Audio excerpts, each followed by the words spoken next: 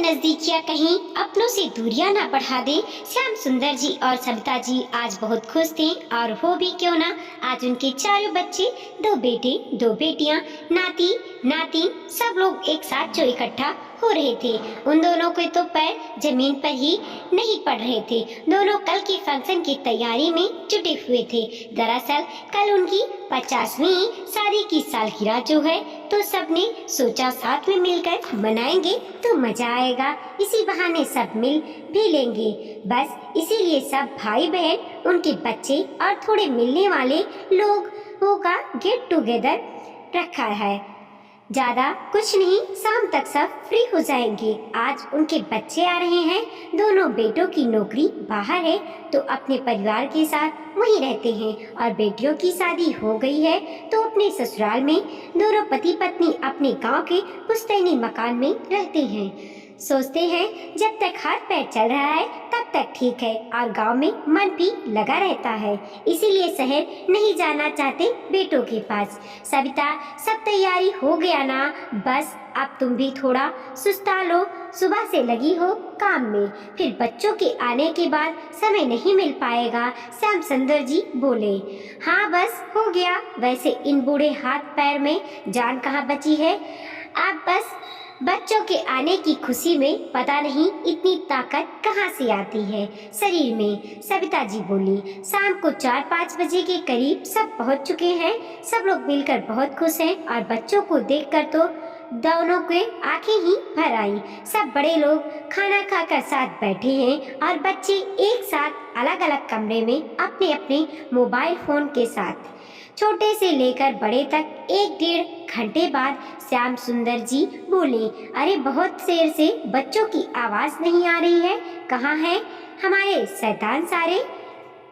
पिछले साल तक तो घर को सर पर उठा लेते थे ये लोग, लड़ भिड़ कर हल्ला मचाकर, और पीहू और कुहू, उन दोनों बेटियों की बेटियां की तो बनती ही नहीं थी आपस में 1 मिनट भी। और मेरे गोलू मोलू, उनके छोटे बेटे के बच्चे, वो भी नहीं दिख रहे हैं। दोनों कहाँ है सब? अभी आती हूँ देखकर, अमिता, उनकी छोटी बेटी बोली। अरे अंदर हैं पापा, अपने अपने मोबाइल में लगे पड़े हैं। सब लोग मूवी देख रहे हैं, तो कोई गेम खेल रहा है, तो कोई गाना सुन रहा है, तो कोई कार्टून देखने में बिजी है, और आपके गोलू मोलू भी यूट्यूब पर वीडियो, वो क्या कहते हैं, शॉर्ट देखने में लगे हैं। अरे ये आजकल के बच्चे कैसे हो गए हैं? सविता जी बोली। इतने दिनों बाद नानी दादी के पास आए हैं, और बैठकर बातें करने के बजाय मोबाइल में लगे हैं। पूछो मत मम्मी, आजकल के बच्चों का तो हाल ही बुरा है। पहले कम था, पर कोरोना ने तो और हाल बिगाड़ दिया इनका। सब कुछ मोबाइल में से ही होता है। इनका खाने से लेकर पढ़ने तक, स्कूल का आधा से ज्यादा काम मोबाइल में ही है, और बच्चे इस बहाने पढ़ाई कम और फालतू काम ज्यादा करते हैं। बड़े ही नहीं, 6 महीने के बच्चों को भी मोबाइल मिलेगा तो ही खाना खाएगा। आजकल तो बड़ी बहू सिखा बोली। ये तो घर घर की कहानी है भाभी, किसी से भी पूछ लो। सब अपने बच्चे की इन्हीं आदतों से परेशान हैं। बाहर खेलने की बजाय मोबाइल या कंप्यूटर पे खेलते हैं, टीवी देखते हुए खाना खाते हैं, अपने घर पर ही बोर होते रहते हैं। और गोलू तो थोड़ा सा भी फ्री हुआ बस बोलेगा, मम्मी मोबाइल, थोड़ी देर मोबाइल दे दो आपका।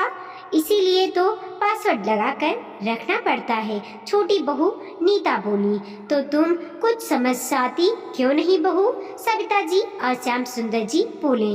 पापा ये ही हम ना समझा दे। आजकल के बच्चे हमसे ज्यादा समझदार हैं। उनकी मानो तो बोलते हैं, मम्मी आपका जमाना गया, अब स्मार्ट बच्चों का जमाना है, और मोबाइल के बिना काम भी तो नहीं चलता ना।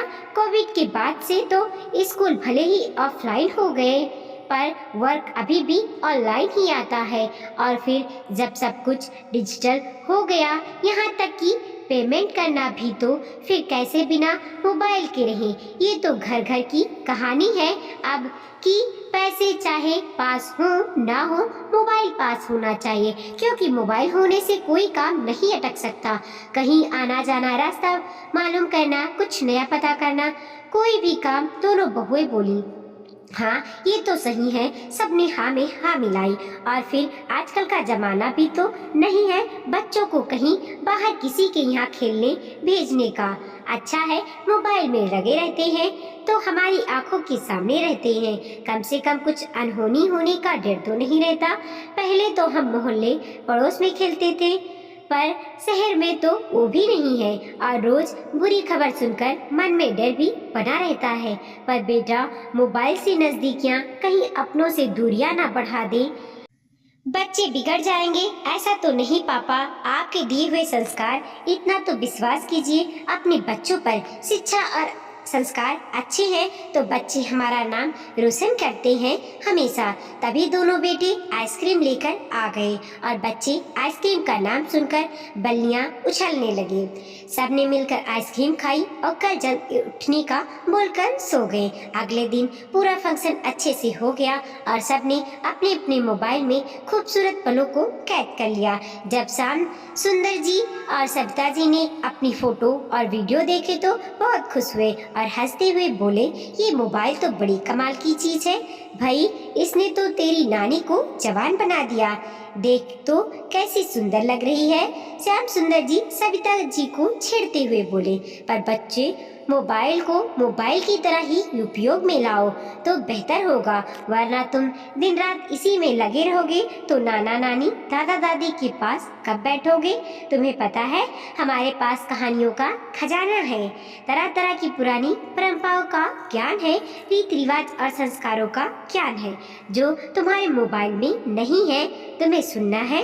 हाँ हाँ सुनाओ ना दादाजी, सुनाओ ना नानू। सब एक साथ बोले, तो चलो फिर आज सबकी मोबाइल की छुट्टी और सब मिलकर गप्पे लड़ाओ, हंसो हंसाओ और खूबसूरत यादें बनाओ। संडे मंडे की तरह हफ्ते में एक दिन और होना चाहिए नो मोबाइल डे, ताकि हम जैसे बूढ़ों को तुम जैसे बच्चों के साथ बचपन जीने को मिल जाए। सब बच्चे और बड़े आज साथ मिलकर खूब हंस बोल रहे थे और घर में रौनक देखने लायक थी। बड़े भी आज बच्चे बन गए और अपना बचपन भरपूर जी लिए। दोस्तों, आज मोबाइल हर घर की कहानी का हिस्सा बन चुका है और शायद जरूरत भी। घर में सदस्य कम और मोबाइल ज़्यादा हो गए, पर मोबाइल के दोनों पहलू लगभग लाभदायक और नुकसानदायक पहलू को ध्यान में रखते हुए उसका उपयोग किया जाए तो बेहतर रहेगा, वरना रिश्ते बनने की जगह टूट भी सकते हैं। मोबाइल या किसी भी गैजेट से ज़्यादा नज़दीकियाँ अपनों से दूरियां बनने की कारण भी बन सकती है। इसीलिए समय रहते बच्चों पर नियंत्रण कर लिया जाए तो उनके भविष्य के लिए अच्छा रहेगा। और बच्चे थोड़ा समय घर के बड़ों के साथ बैठे तो उनको भी बड़े बुजुर्गों के तजुर्बों से सीखने को भी मिलेगा और रिश्ते मजबूत बनेंगे, जो शायद मोबाइल या कोई भी गैजेट कभी ना सिखा पाए। क्या मैं पैसे खाती हूँ? बड़े शहर में रहने के कारण उनके खर्चे काफी बढ़ने लगे थे। कितना भी देखभाल कर खर्च करती, लेकिन महीने के अंत आते आते लाख चाहने के बाद भी बचत तो दूर, खर्च भी पूरा करने में भी दुभार होने लगा था। और जब ऐसी स्थिति आती है तो सबसे पहले पति पत्नी में तकरार। पता नहीं क्या करती हो तुम, पूरा महीना भी नहीं निकलता, इससे पहली सैलरी खत्म। पहले इससे कम सैलरी में पूरा महीना निकलने के बाद भी बचत हो जाती थी और अब खर्च पर कंट्रोल करो वरना। राजन चिल्लाते हुए बोला, वरना क्या? क्या करोगे आप? क्या मैं पैसे खाती हूँ या सारी तनख्वाह अपने ऊपर लुटाती हूँ? एक एक पैसा देखभाल कर खर्च करती हूँ, उसके बाद भी कम पड़ जाए तो मैं क्या करूँ? सारिका झुझलाते हुए बोली।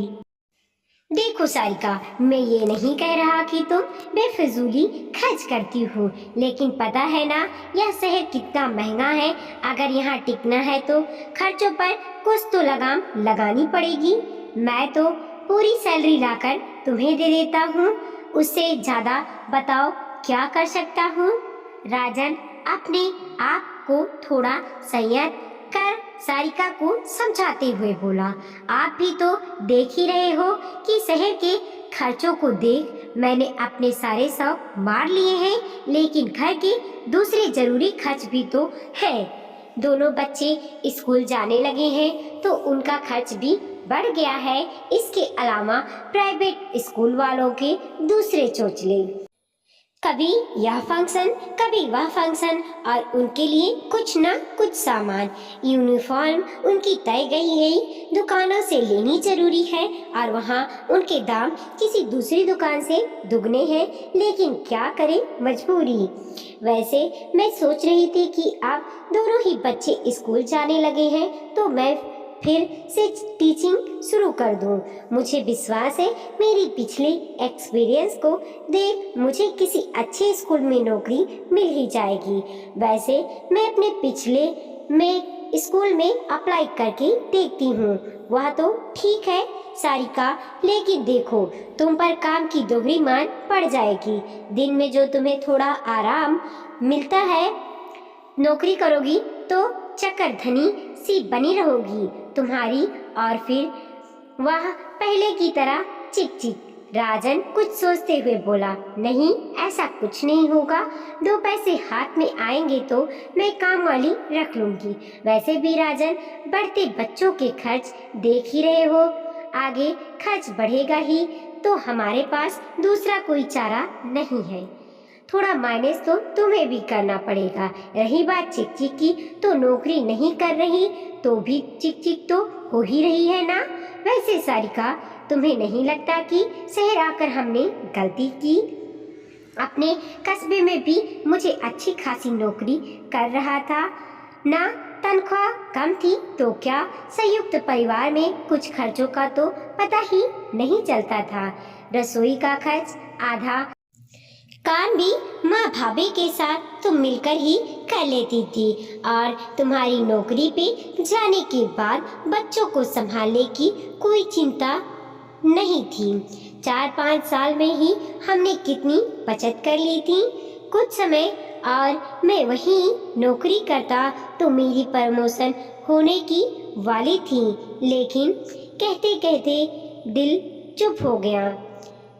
लेकिन क्या आप यही कहना चाहते हो ना कि मेरी जिद की वजह से आप वहाँ से निकले? सही है, औरतों पे दोष मढ़ना आसान है। सच कहो, क्या आप अपनी नौकरी से खुश थे? आप नहीं चाहते थे कि आपकी काबिलियत के हिसाब से आपको और अच्छी जॉब मिले? घर में होने वाले हर दिन के छोटे मोटे कलेश, उससे क्या सिर्फ मैं ही परेशान थी, आप नहीं? आपको भी तो लगता था कि आपका स्टैंडर्ड की यहाँ रहकर नहीं बनेगा।